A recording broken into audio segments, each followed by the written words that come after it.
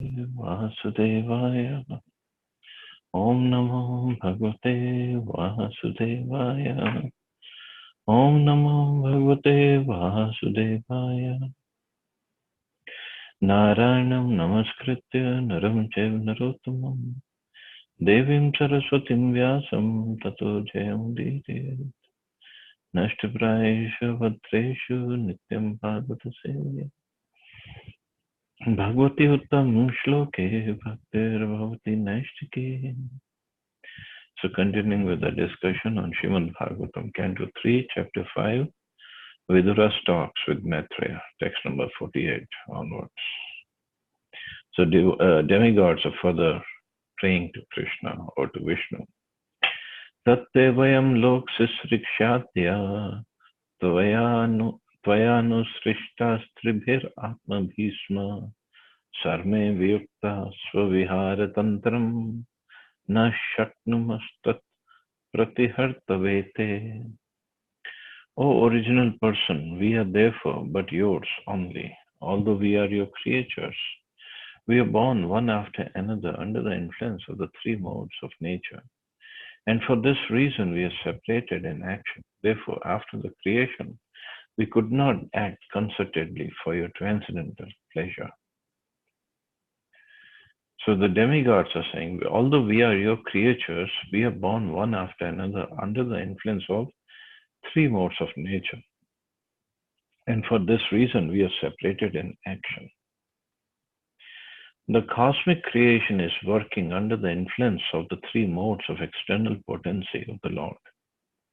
Different creatures are also under the same influence, and therefore they cannot act concertedly in satisfying the Lord.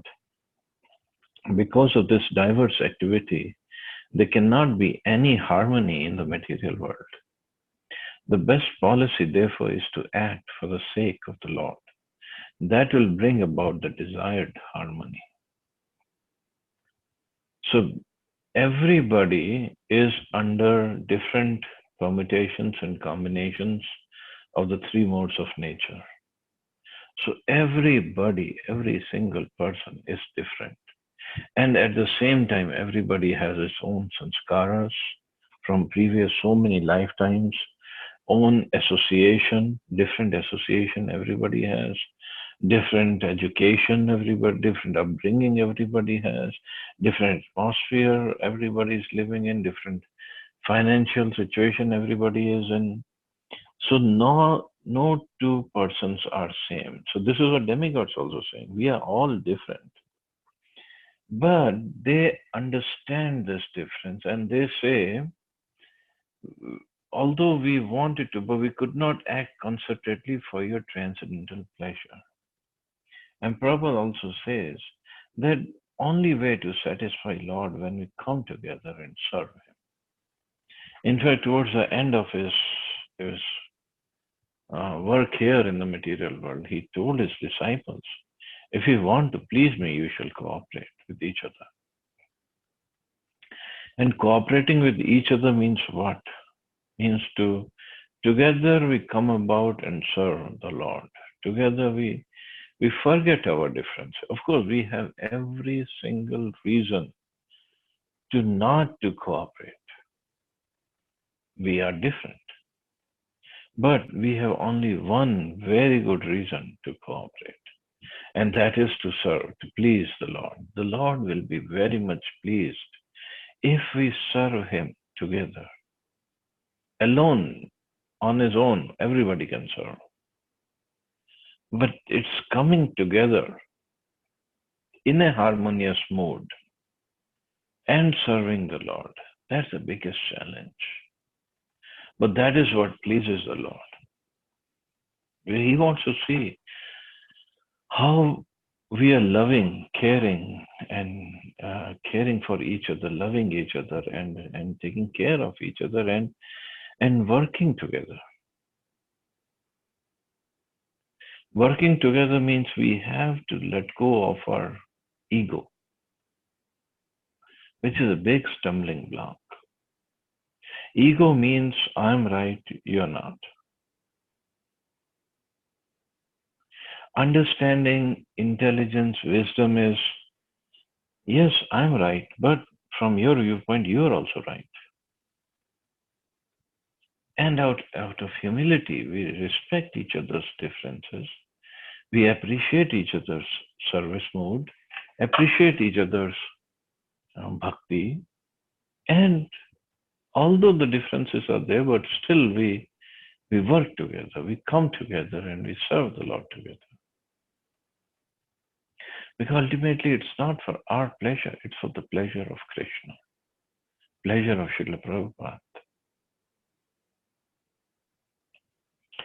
There is further in Bhagavatam, there is a story of Maharaj Prachin Bharishat and his sons, Prachetas. And the Prachetas, they all went to do austerity underwater, tapasya. And I think there were 10,000 Prachetas. And when, and Lord Shiva was passing by, and Lord Shiva gave them the instructions how to serve together, how to work together and still achieve the same goal. And when Lord Vishnu came and he said, I'm very happy with you because you are working together, cooperating together to serve. So it's very, very important for us to understand this point. The service together can only be done in a humble state of mind. Means one has to have this humility. Just like I think I have given this example. That once somebody asked Srila Tamal Krish Maharaj that Maharaj, when I sit at home, I can chant better, I can read Prabhupada's books better, I can cook for the deities, I can clean the temple, bathe the deities, I can change the dresses every day, I can do so much of service. Only if I'm home. So Maharaj told him, yes, you're right. When you're home alone, you can do all these services. But unless and until you come to the temple in the association of devotees, how will you find out how big a rascal you are? How big a rascal means, how do we understand how am I supposed to deal with others? How am I supposed to put aside my ego and still serve, still respect others?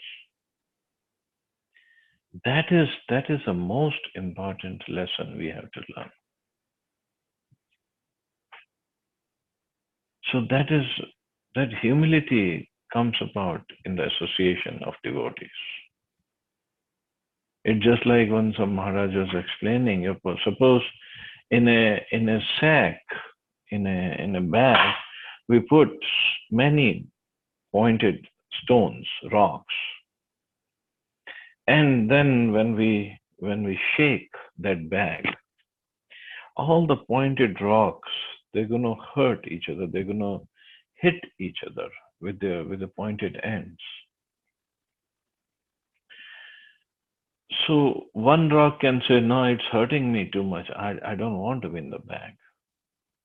Well, if you stay in the bag long enough, the pointed ends and the pointed edges of all the rocks, by hitting each other, they will go away, and every rock will become nice and smooth and polished rock, ready to live together and work together.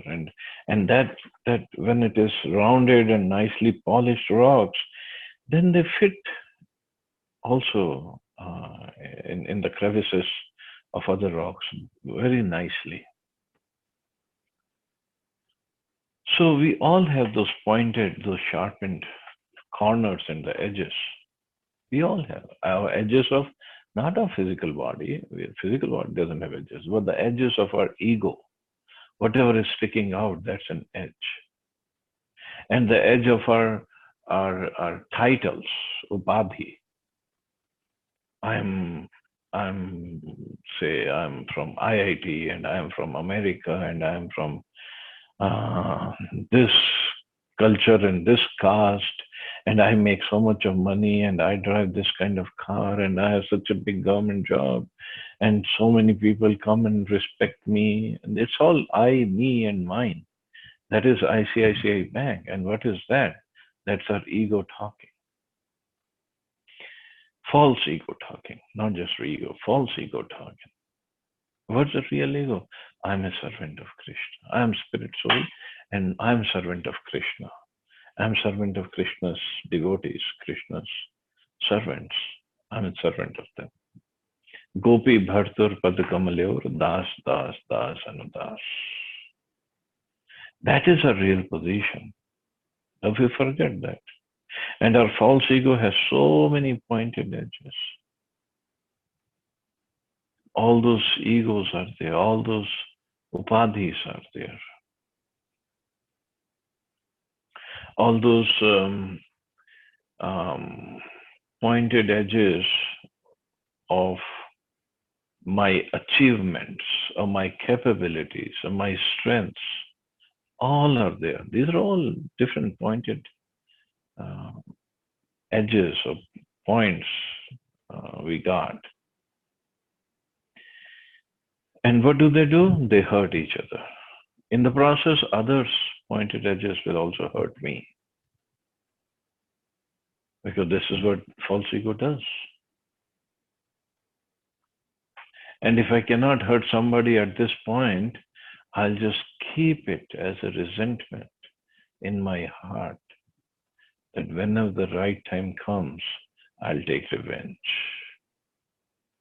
In Hindi, it's called Mauka dekh ke chauka marna. Whenever I get the chance, whenever I get Mauka, I'll hit chauka. But that's another edge, pointed edge left in our heart. And it's going to hurt us more than anybody else. But we don't understand. Oh, I have to take revenge. Because that other person, he hurt my false ego. Maybe false ego is supposed to be hurt, supposed to be crushed actually. But we feel so safe, we feel so much of comfort when we are living in that area of false ego. That's why it's so difficult to give up all this false ego. It's very, very difficult. And very difficult to surrender unto the lotus feet of Krishna. And more difficult is to surrender unto the lotus feet of a representative or a devotee of Krishna. It's more difficult. Because Krishna himself will not come down and give us these instructions. But the devotees, they give not only give this instruction, they ask us to follow them. And Prabhupada used to do that. He used to crush the false ego of his devotees without insulting them and without hurting them in any way. But as a spiritual master, he would completely crush the false ego of his disciples.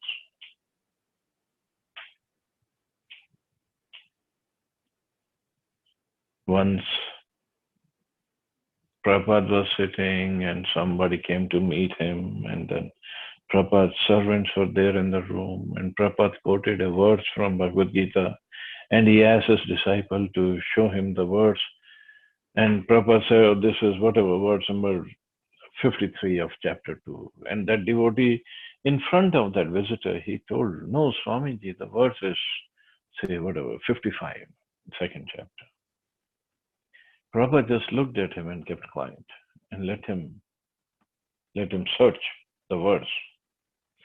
And when he searched the verse, it was 253 or whatever Prabhupada was saying. So Prabhupada didn't say anything, but he kept on talking with that visitor and he see him off. And after the visitor was gone, Prabhupada asked the disciple, so what verse was it? It wasn't that Prabhupada was trying to show off his knowledge. He wanted to correct his disciple and remove his false ego. So this is what Krishna also does. This is what Guru also does with us all the time. Also make sure no false ego, because false ego is a big stumbling block on the progress of devotional service and the progress in self-realization. Because these titles, these false egos, they're all temporary, all related to body, and body is temporary. As long as we are in this body, we can work according to the capacity of this body. But regardless, it's a temporary body. And anything related to the body is all temporary. That's what it's called false ego. So even in this body, I think I'm a rich man and I'm beautiful and I'm smart, I'm strong, and whatever else I can think of. It's all temporary. And that's all false ego is. False ego is not something that we're going to go to a market and buy it and bring it. No. This is what inside us is. And it feels very good when we say, I'm this and I'm that and I'm this and I'm that. And because of that false ego, what do? Different modes of nature, different permutations and combinations of different modes of nature. They take over us and we cannot cooperatively serve the Supreme Lord. In fact, when the false ego is too high, we ask everybody to come and cooperate with me because I want everybody to be my servant. I want everybody to act under my thumb. That's height of false. That not, I won't say height. That's very high false ego. So idea is to serve together. Idea is to lovingly, caringly be with each other and serve together the Supreme Lord. Now the month of Kartik is about to start. And towards the end of Kartik, then the Katyayani Vrat starts.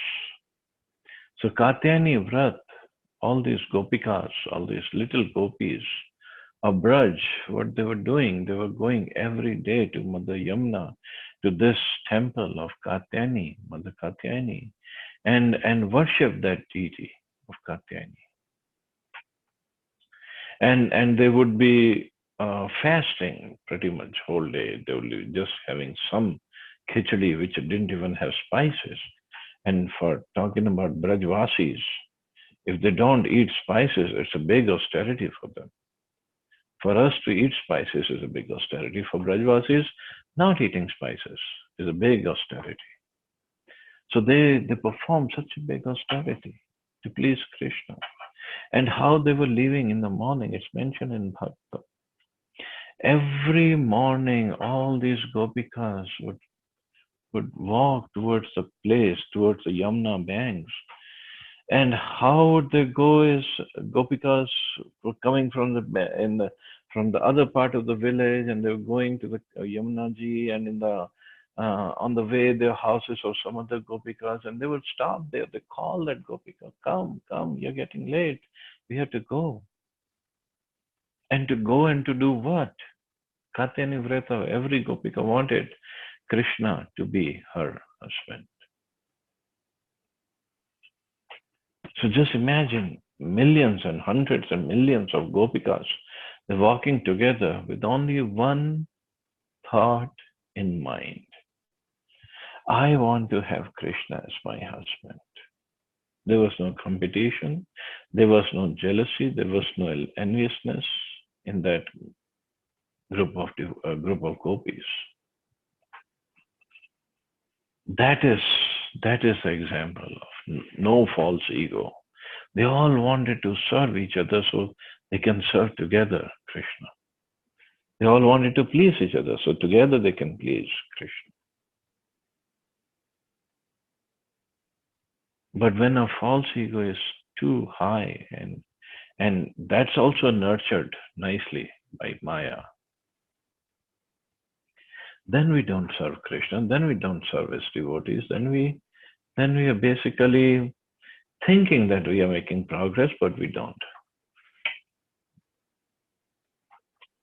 So it's very, very important. Of course, this is only 4-line purport, and I spent pretty much the whole day, a whole time on this. But it was very important. And this false ego comes up when we serve each other, serve the devotees, and glorify the devotees, genuinely glorifying, not as a made up stories or like window shopping what we do. No, genuinely glorification and serving together. Serving together means we are admitting I'm this person's servant because I don't have any qualities, and this person my master because he has all the qualities. So that is how we remove false ego, and that is how. But sometimes, if we are not careful, sometimes devotees become too proud to be humble. They want to advertise everything what they do. Oh Prabhu, did you see that?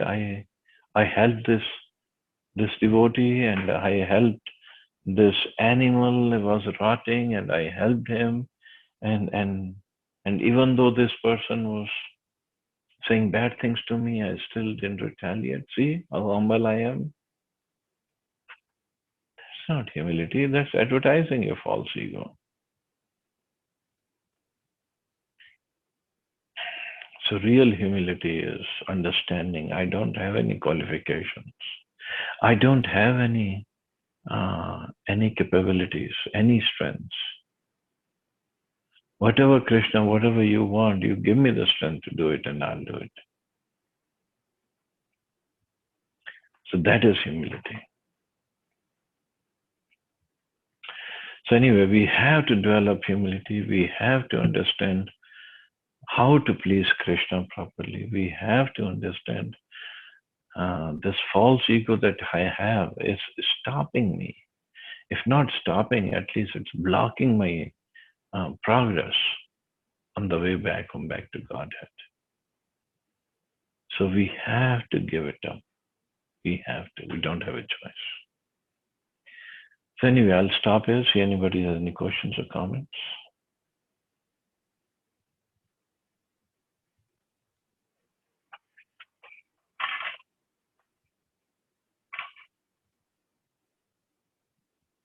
Hare Krishna, Prabhuji, Hare Prabhuji. Krishna. Dandavat. Hare Krishna, Sadhan. Very heavy topic, Prabhuji. Prabhuji, in fact, I want to understand, in fact, very truly said, and like I said, very, very heavy topic. I think there's also one more addition to the wish list. Maybe someday you can elaborate further on it when time permits. Prabhuji, tell me in terms of going to temple collaboration and all, in fact, very rightly said, and thanks for enlightening us. I'm also thinking in terms of, let's say, uh, we are worshipping the deity. Mm-hmm. So, in fact, in one of the previous classes when we were discussing, in fact, everyone has their own individual relationship with the Lord. So, just want to understand how do we cooperate then? Let's say, in fact, on our home altar as well as we are working, how can everybody cooperate and we can work together? Or for that matter, even let's say if we are doing Abhishek and normal in our classes, is temple classes. So there, like everybody kind of comes and does Abhishek, and we have seen you also in couple of the sessions, isn't it? In fact, everybody cooperates. But how do we do that at home? Let's say.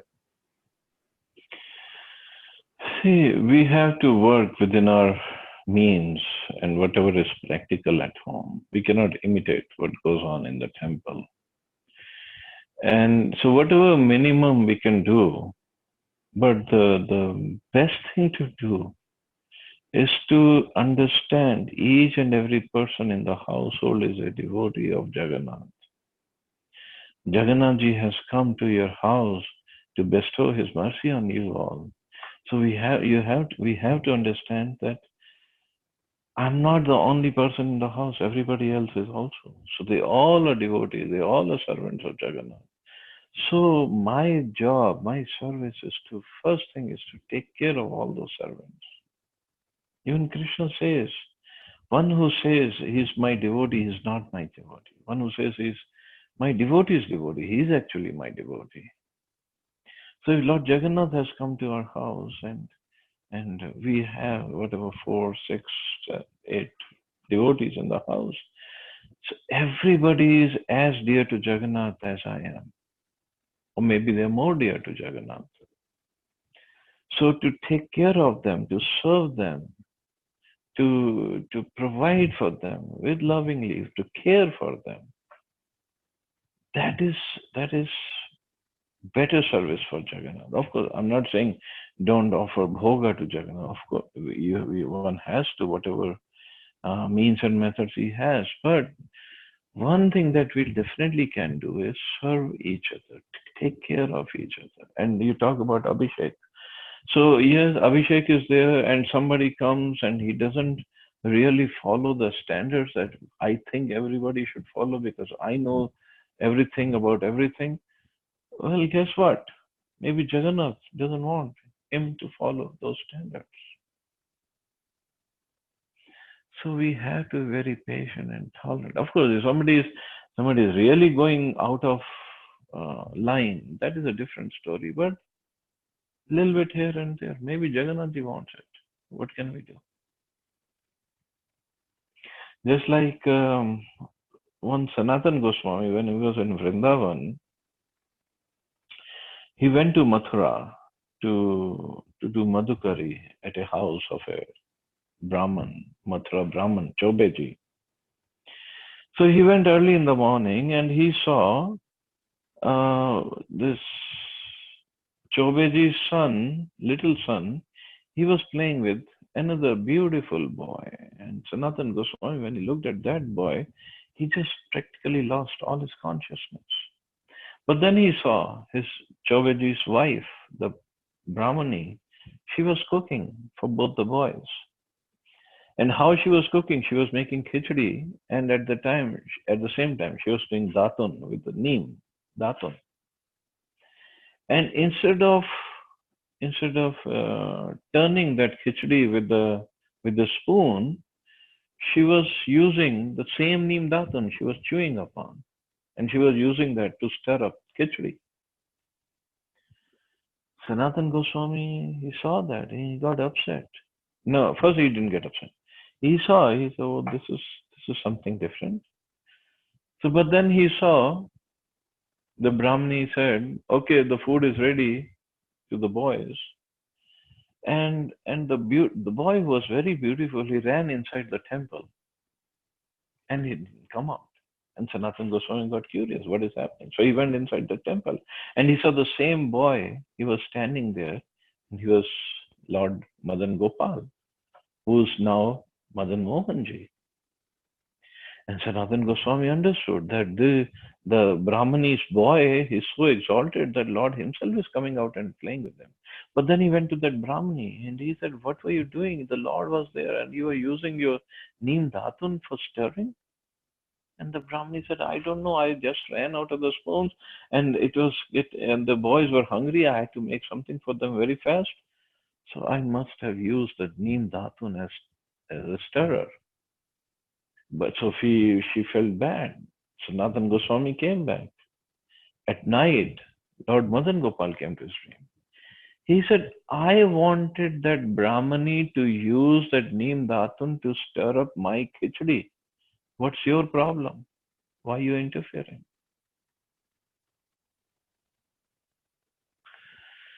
So we have to set the standards, but we cannot set the standards of the temple at home.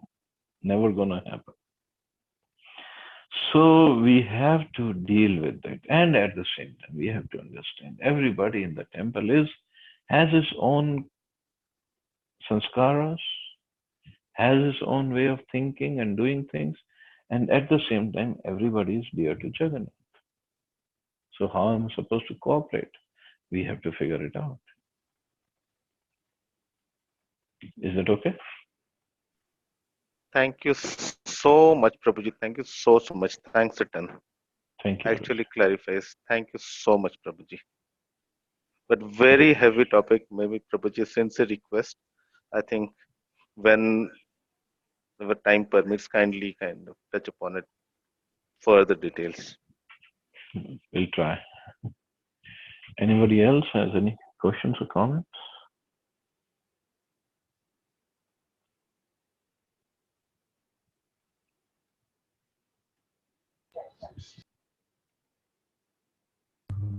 Thank you so much, Prabhuji. Hare Krishna. Thank you. Hare Krishna. Prabhuji, just a small question on chapter 9, which I today, like I've posted also on our group. The shloka says Lord Krishna talks about bhajan, the bhajan which we do, the chanting which we do. So bhajan is equivalent to if we help somebody. Bhajan Helping is somebody equivalent to? or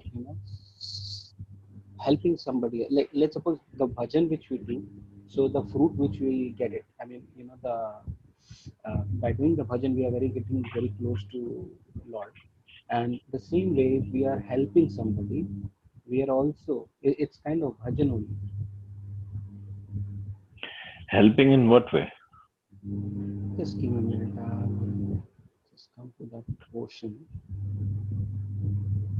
See, if you are helping somebody becoming Krishna conscious, yes, it is bhajan. Bhajan also means glorifying Krishna, and this way also we are glorifying.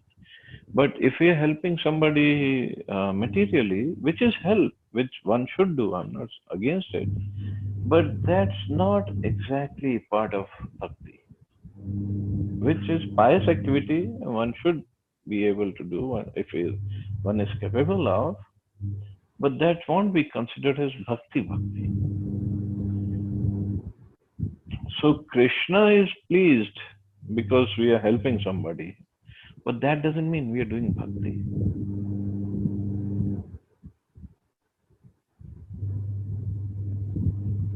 So for bhakti, we have to follow the acharyas and whatever they say. That is important. Okay, Prabhuji. Actually, this particular shlok number is 34 from chapter 9. So this talks about a little bit on that. So I thought, just get that explanation on ki bhajan, how bhajan is related with, serving somebody. When you're serving and helping people who are in need, then it is equivalent to a bhajan. You see, everybody is going to write commentaries based on his consciousness.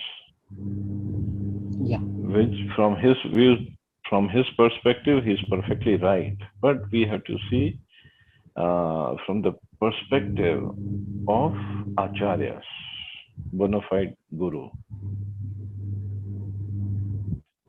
So bhajan, it comes from bhaj dhatu, and bhakti also is part of that, same thing. So bhakti means to please Krishna. Now in that 934 he says, Man manabha mad bhakto madhyaji mam namaskuru.